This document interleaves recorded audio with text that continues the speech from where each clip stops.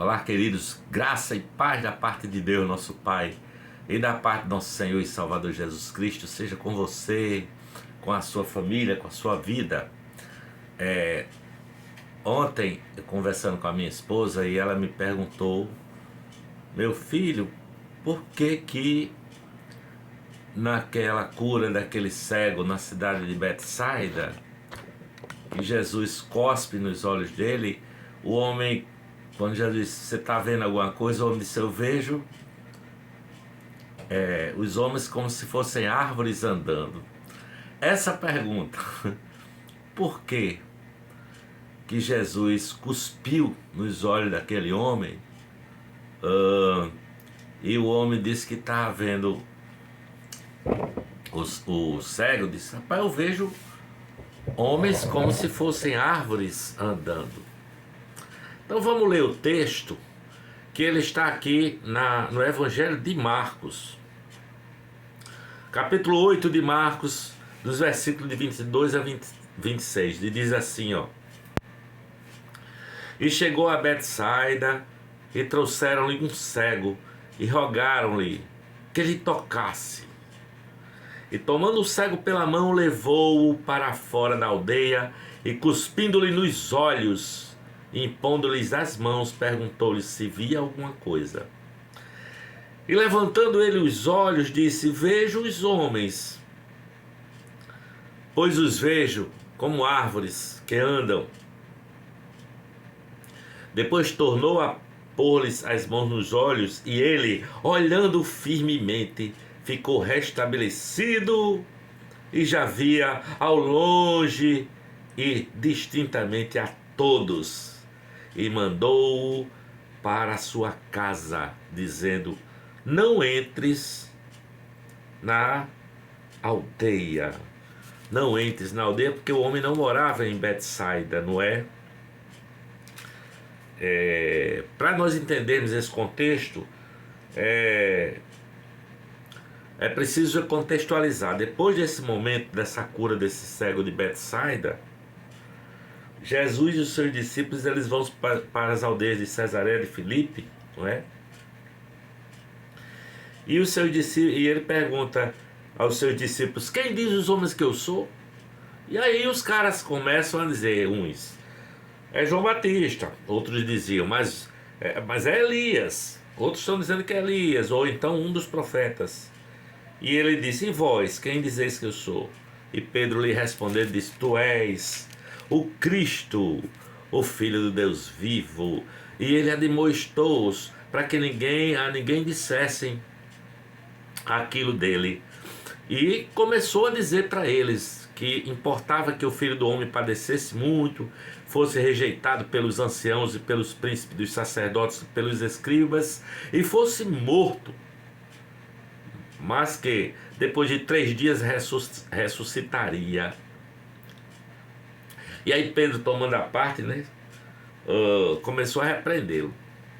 Mas ele, virando-se, olhando para seus discípulos, repreendeu a Pedro, dizendo: retira-te de diante de mim, Satanás, porque não compreendes as coisas que são de Deus, mas só as que são dos homens. Jesus estava dizendo que a partir daquele momento ele iria cumprir a sua missão, não é? O seu projeto de salvação para o ser humano. Ele iria ser preso em Jerusalém, ia sofrer, né, padecer nas mãos dos anciãos, dos sacerdotes, do povo do Sinédrio, ia ser preso e sofreria e morreria numa cruz, e ao 3º dia ele ressuscitaria. Mas veja, quando ele cospe nos olhos daquele homem, e pergunta se o homem vê alguma coisa, o homem diz: eu vejo vejo os homens como árvores que estão andando, né? Como árvores andando. Vamos ver o que é que diz aqui em Mateus capítulo 6, versículo de 3 a 6, para nós entendermos. Marcos, para nós entendermos esse contexto, não é? Marcos 6, de 3 a 6. Marcos 6, de 3 a 6 diz assim, ó.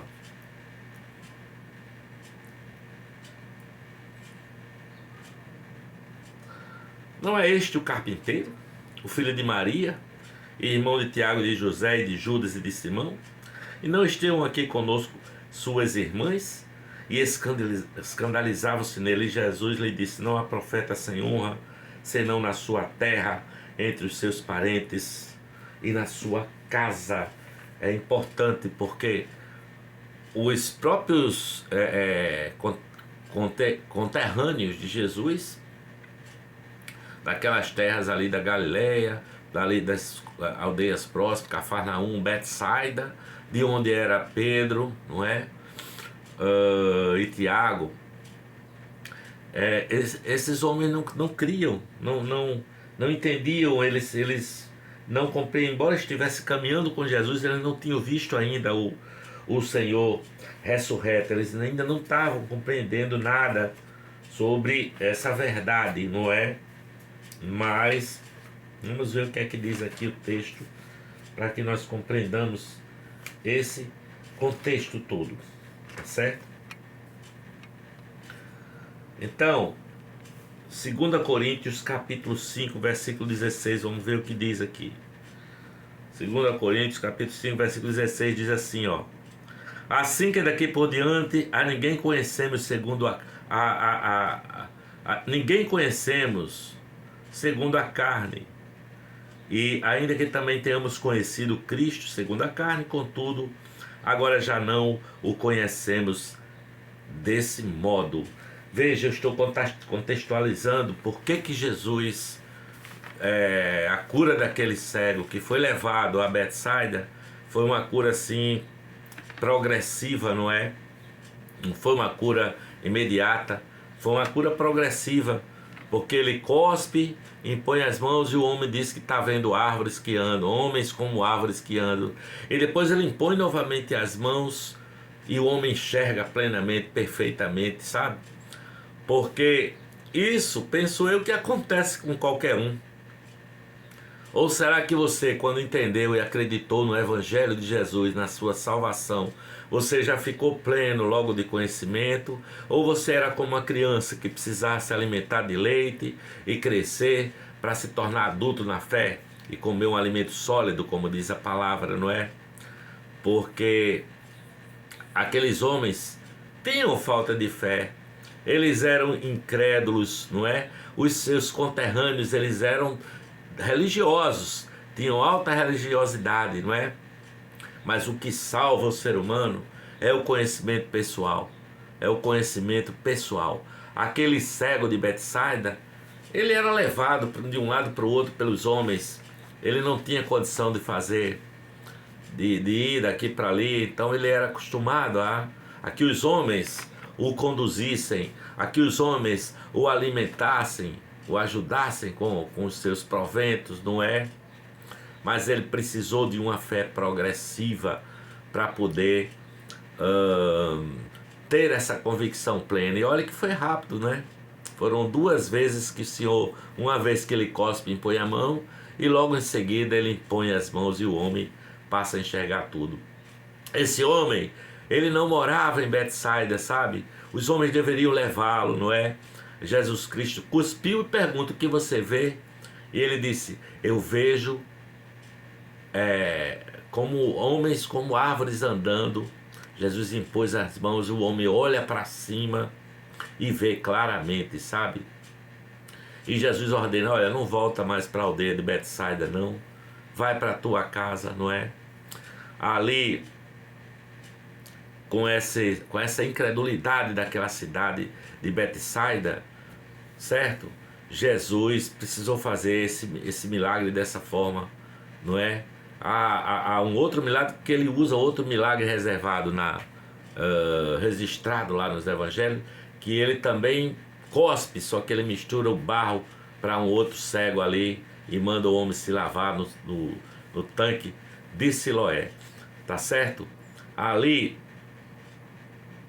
tem um texto que está em Marcos capítulo 7, versículo 31 e 37, que fala do homem que era surdo e mudo. E Jesus também molha a língua dele, não é? Com o seu cuspe. E diz, Efratá, abre-te. E o homem é curado e começa a falar, não é? Começa a ouvir. Vendo aquele homem de Betsaida, eu vejo homens como árvores que andam. Árvores, elas dão fruto e dão sombra. Os homens eram para esse cego como árvores. Eles é quem o conduziam para as sombras, ele é que levava os frutos para que ele pudesse comer. Ele encostava-se nos homens, vamos por assim dizer, usar essa metáfora, não é? Ele precisava deles, mas Jesus estava lhe dando uma vida nova, uma nova visão, e ele não dependeria mais de nenhum homem. E essa nova visão é, como Jesus disse a Nicodemos, necessário vos é nascer de novo. Ninguém nasce de novo já adulto ou entendido na verdade, se nasce ainda enxergando os homens como árvores andantes, vamos dizer assim, não é? Mas Jesus mandou aquele homem embora, sabe? Jesus tocou o homem não somente nos seus olhos, mas também tocou aquele homem, também o coração daquele homem. O milagre foi as mãos de Jesus impostas sobre aquele homem. O velho homem precisava morrer, sabe? O velho homem precisava morrer. Eu pergunto a você, como é que você enxerga? Que você está enxergando? Você já tem olhos abertos para enxergar a verdade, ou você ainda é um cego e morto espiritualmente? Porque o que os seres humanos são cegos e mortos espiritualmente, né?